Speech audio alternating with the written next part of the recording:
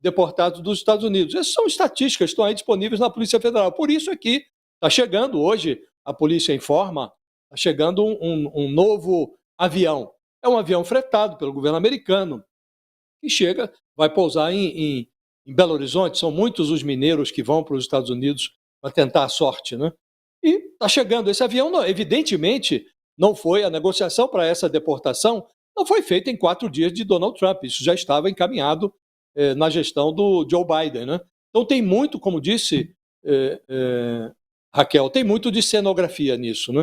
Então é preciso filtrar tudo, e o Trump realmente vai fazer um movimento, ele quer marcar essa nova gestão com esse lema dele de que vamos fechar as fronteiras, e está dando a isso um caráter emergencial, mas é preciso ver o que é que já estava pronto, disso tudo que está sendo anunciado, o que foi produzido agora, o que já estava em andamento, né? Agora, que ele vai implicar com imigrantes, vai, desde já estava fazendo isso na campanha.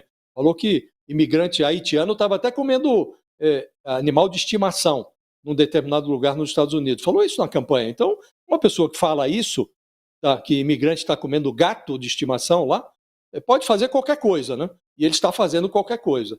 E cabe a nós verificar o que foi feito agora, o que já vinha sendo encaminhado e o que há de cenografia nisso tudo.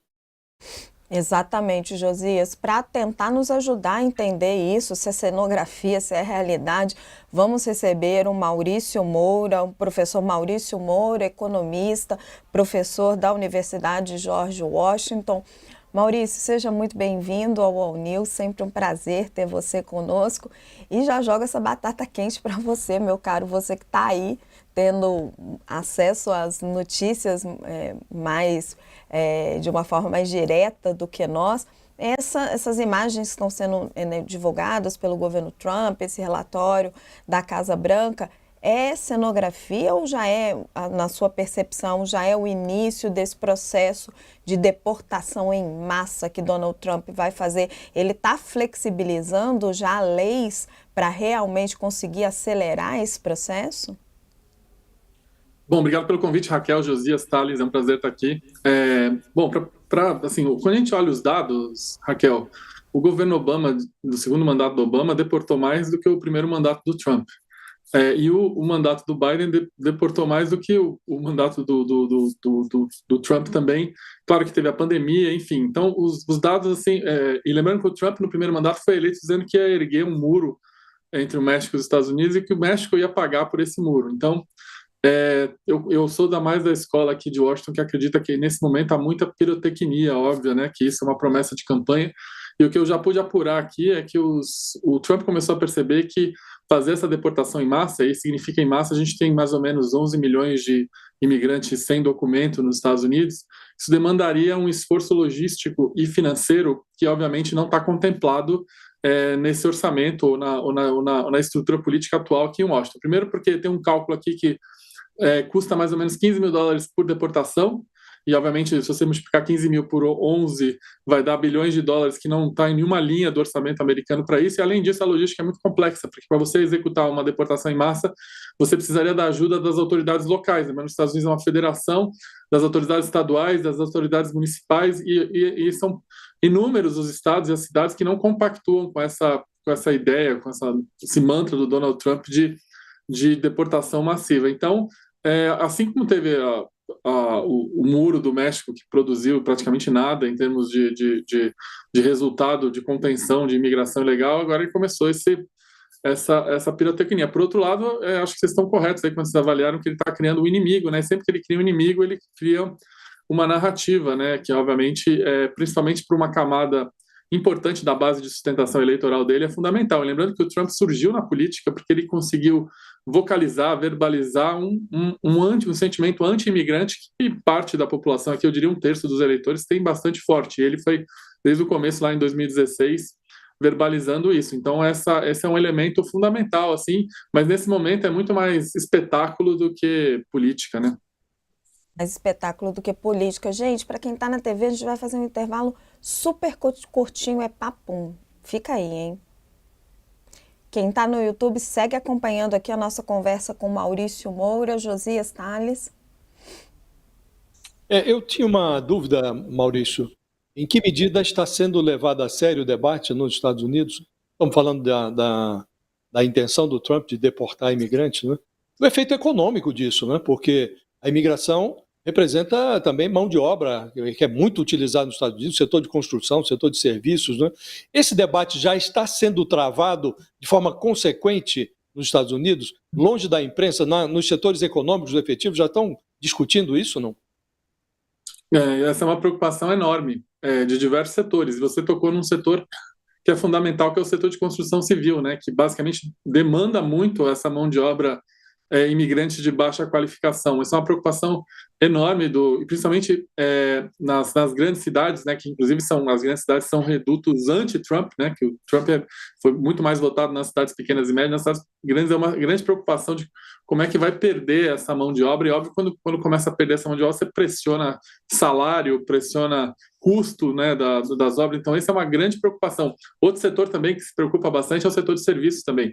É difícil você ir num restaurante, numa grande cidade cosmopolita nos Estados Unidos, que de alguma maneira não dependa em alguma parte do seu processo produtivo ou seu processo de serviço desse tipo de mão de obra. Então, já tem uma preocupação, inclusive é interessante ver algumas associações comerciais se unindo com autoridades que de alguma maneira vão tentar defender e vão tentar proteger esses grupos de qualquer tipo de intervenção mais fora da lei ou fora dos direitos aí desses grupos. Então, assim, eu já estou vendo essas movimentações, mas tem uma preocupação enorme. Por outro lado, é interessante dizer que aqui em Washington tem uma discussão super interessante, que tem um grupo do Trump, que é obviamente anti-imigração e anti qualquer tipo de imigração, inclusive imigração de gente mais qualificada, e tem o Elon Musk, as Big Techs pressionando para que os Estados Unidos facilite os vistos de trabalho e vistos de pessoas mais qualificadas. Gente, quem está nos acompanhando na TV, estamos voltando do intervalo com a entrevista com o professor Maurício Moura. Professor, estava falando uma coisa muito interessante, que é a divisão dentro do próprio governo Trump ou dos apoiadores do governo Trump, que tem gente que é a favor da expulsão dos imigrantes e tem gente que é contra, é isso? Pode detalhar um pouquinho mais para quem está chegando agora com a gente na TV? A segunda derivada é que tipo de imigrante, né? O Elon Musk é um dos defensores de que os Estados Unidos deveriam facilitar muito os vistos, né, e os green cards, né, que são o direito de residência para pessoas qualificadas. Porque lembrando que uma das demandas que tem todas essas empresas de tecnologia são engenheiros, são programadores, e é praticamente impossível você conseguir um visto de trabalho hoje nos Estados Unidos. Muitas dessas empresas apelam para um visto chamado EB1, que é um visto de pessoas altamente qualificadas. Então tem essa pressão. Aí tem uma outra ala lá mais radical ali do trumpismo, que é contra qualquer tipo de imigrante, inclusive esse tipo de imigrante mais qualificado. E assim, o que está sendo interessante ver aqui em Washington é que o Musk já está colecionando inimigos aí nessas várias facções aí do trumpismo. Você falou aí do Musk. Como é que o Trump agora decidiu derrubar aquela desregulamentação, regulamentar, ou seja, ele decidiu desregulamentar aquela regulamentação que o Biden estava fazendo da inteligência artificial. E nisso ele está pagando uma dívida, eu acho, a impressão que eu tenho é que ele está pagando uma dívida de campanha com essas Big Techs, né, que tem muito interesse na inteligência artificial. Essa aliança dele com essa nova oligarquia das Big Techs, como é que ela é vista pelo eleitor norte-americano? Isso ajuda ou atrapalha?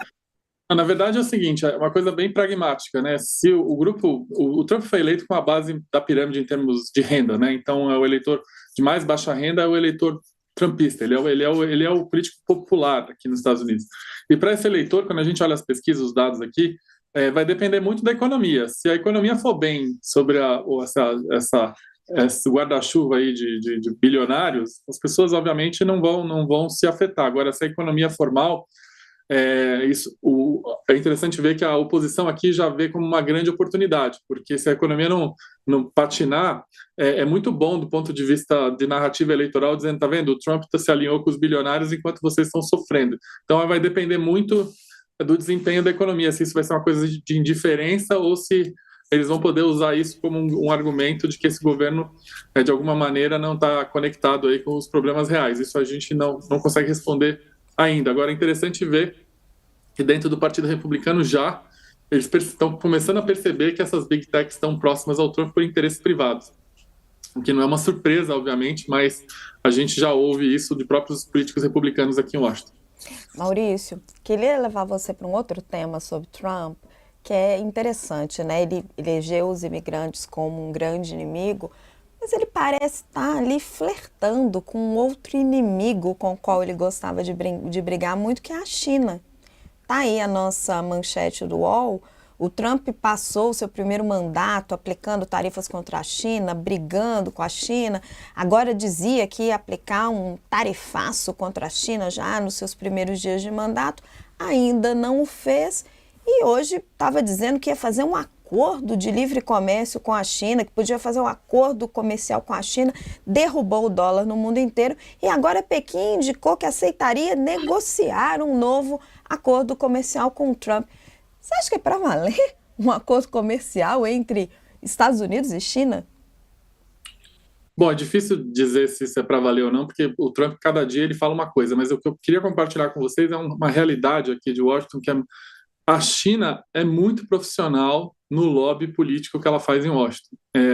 A gente vê esse grupo político que está no poder agora na Casa Branca e o que a China faz aqui, a gente está falando de amadores e profissionais. A China, desde que, obviamente, o Trump virou uma possibilidade, ele não tinha nem sido eleito, já começou a se articular junto aos políticos de Washington, junto aos empresários americanos. Lembrando que os Estados Unidos depende muito da China, tem muito empresário que tem investimento na China, o ciclo de a cadeia produtiva é muito ligado à China. Lembrando que a China é um dos maiores detentores dos títulos de tesouro americano. Então, assim, eles se prepararam muito para esse momento. Então, eles cercaram eles fizeram uma abordagem aqui 360 graus que é super interessante, assim, quando realmente a China se preparou para o segundo mandato do Trump, e a gente está vendo agora nessa, entre aspas, concessão pública, resultado disso, porque óbvio que um atrito econômico entre Estados Unidos e China é muito ruim, principalmente para as empresas americanas. Então, a China se preparou muito bem para isso, e um exemplo disso também foi o próprio TikTok. O que aconteceu com o TikTok aqui foi incrível, e é muito baseado também do lobby que eles estão fazendo aqui. Então, eles estão dando, na minha visão aqui de leigo, de quem está acompanhando aqui em Washington, eles estão dando um show de abordagem de lobby nos Estados Unidos. Parece. Maurício, outra questão que eu não estou entendendo é a questão o Trump agora decidiu que abriu os arquivos do Kennedy e do Luther King. A impressão que eu tenho é que ele não tem nada a ver com o Trump, esses dois. Por que ele fez isso? Bom, em primeiro lugar, que ele se sente um sobrevivente de um atentado, né? E então ele tem essa coisa de se comparar como cara que foi vítima de um atentado, né? O atentado obviamente matou o presidente Kennedy, então ele tem feito essa comparação, inclusive na campanha. Mas entre nós aqui, isso também faz parte do aparato do Trump de estar pautando todo dia, né? Criando fatos novos, né? E eu acho que obviamente, se o Trump fosse um cara que pregasse transparência, a primeira coisa que ele ia fazer era compartilhar as declarações de imposto de renda dele, né? Então, assim, isso não é sobre transparência, mas mais um factoide. Agora, a gente não sabe, ninguém sabe aqui o que pode sair disso, né? Mas que é mais uma pauta nova que ele cria, sem dúvida. Outra coisa para tentar esclarecer um pouco essa posição em relação à China, que me parece central nessa nova administração do Donald Trump, Maurício. A impressão de que o Trump, no seu estilo tradicional, tinha um problema, ele põe um bode na sala, foi tirar aquele bode e fazer uma negociação. Ele falou, vamos taxar tudo quanto é produto da China e tal. Em verdade, ele não tem essa preocupação, porque estaria comprometida a gestão da economia do governo dele. Não lhe parece que ele jogou o bode e agora ele está contemporizando e buscando uma negociação com a China? Não é esse o estilo do Trump? Cria o problema para depois buscar uma facilidade diante, olha, se não fizerem isso, vou fazer aquilo. Não parece o estilo tradicional dele? Não lhe parece que a briga do Trump com a China é muito mais cenográfica do que real? Não, se você for acompanhar as falas dele, na campanha ele dizia que ia botar 60% de tarifa na China. Aí depois, quando ele assumiu agora, ele falou que ia dar um tempo para ver qual era o melhor momento, que a tarifa era justamente uma ferramenta de negociação, e agora está falando em acordo comercial. Então, assim, o desvio padrão dele em relação à China é enorme. Agora, dizem que esse é o estilo dele. Os mais otimistas em relação à capacidade de gestão do Trump fazem exatamente essa descrição que você fez. Os mais pessimistas dizem que ele se leva de acordo com a pauta diária e de acordo com o sentimento, que ele é muito mais instintivo do que qualquer coisa. Agora, o fato é que a China é a principal prioridade da política externa americana desse governo, não tem outra prioridade, isso é falado abertamente aqui, e o fato é que a China se preparou muito para esse momento. E a gente está vendo aqui que os efeitos, pelo menos nesse curtíssimo prazo agora, nessa primeira semana, estão sendo bem mais brandos do que se ventilou durante a campanha e depois se ventilou depois que ele foi eleito. Vamos ver como é que isso vai se desenrolar. E há um detalhe, né, Maurício, se formos considerar o Elon Musk, que é hoje um dos personagens mais influentes junto ao Trump, ele tem vantagens bastante relevantes na China, né? E seria muito primário imaginar que, com o Musk do lado, o Trump fosse comprar essa briga automática. Não é evidente que é uma prioridade dele, agora parece muito mais propenso a negociar do que a sair declarando guerra, não lhe parece? Não, totalmente. E é importante dizer que isso desde 2008 aqui em Washington, isso é muito claro, né? A China, ela é a maior detentora da dívida americana, né? É muito delicado quando você começa a entrar nesse terreno de tensionamento com a China, principalmente econômico. É muito delicado aqui. Agora, obviamente, quando ele sentou no poder ali, ele começou a ver que se você puxar um lado, vai afetar a economia, vai afetar o comércio, vai afetar as cadeias produtivas, vai afetar os americanos que investem lá. Então é bastante complexa essa relação, e agora, obviamente, esse governo, diferente da campanha, está começando a se situar em relação a isso, né? Maurício, o papo está interessantíssimo. Thales. Perdão. Não, pode seguir. Maurício, a questão do judiciário. Houve essa decisão aí do juiz barrando a coisa dos filhos de imigrantes, a decisão do Trump, que é contra a 14ª emenda. Se tinha a impressão de que o Trump teria um domínio completo do judiciário a partir do momento que ele escolheu vários dos integrantes da Suprema Corte. Há essa impressão mesmo de que ele vai ter o domínio do judiciário, ou está começando a se perder essa impressão aí nos Estados Unidos? Não, a impressão em relação à Suprema Corte. Realmente a Suprema Corte, essa maioria de 6-3 que o Trump construiu, é uma maioria bastante consolidada e que vai durar por muito tempo. Ele colocou juízes muito jovens, né? Agora, nos níveis federais e estaduais, não, muito pelo contrário. O Biden ele nomeou muitos juízes, nomeou mais juízes do que o Trump. Então, assim, é bastante como os Estados Unidos funciona a nível estadual, juiz federal dos estados, enfim, assim, é muito mais complexo. Agora, tudo que passar em Suprema Corte, a expectativa é que seja bastante mais favorável ao Trump. O papo está muito bom, mas o Maurício tem hora, então eu vou precisar interromper a conversa. Maurício, interessantíssimo esse seu raciocínio sobre a eficiência do lobby chinês, né, convencendo Donald Trump. Vamos ficar de olho, porque tem efeito para nós aqui, né? Os chineses convencem Donald Trump e cai o dólar aqui, ó, no Brasil, tem impacto direto aqui para o nosso ministro da Fazenda, Fernando Haddad. Maurício Moura, professor da Universidade George Washington, muito obrigada pela sua presença aqui no All News. Um bom fim de semana, Maurício. Obrigado, um prazer falar com vocês. Gente, vamos um rápido intervalo aqui na TV, bem curtinho, porque fica aqui com o All News, que você já viu que a conversa tá boa. A gente volta rapidinho. Josias, para quem está no YouTube, eu fiquei muito impressionada com isso que ele falou, porque realmente estava uma dança ali difícil de entender. E a hora que ele falou da profissionalização do lobby chinês, e a gente conhecendo a figura Donald Trump, lembrando das relações dele com Putin, o quanto ele é suscetível a lobby, faz sentido, né? Faz muito sentido. Os sinais, logo depois que foi eleito, o Donald Trump começou a emitir sinais trocados em relação à China, né? Convidou o Xi Jinping para a posse dele, né? Houve um tapete vermelho para líderes da extrema-direita mundial e foi feito um convite ao Xi Jinping, que não foi, mas foi convidado, né? O Elon Musk, que tem muitos negócios, é o maior doador da campanha do Trump, e tem negócios na China, tem vantagens tributárias para investir na China. O Musk, a fábrica de automóveis dele, a Tesla, tem plantas na China, então ele tem interesses lá. Ele recebeu, na véspera da posse do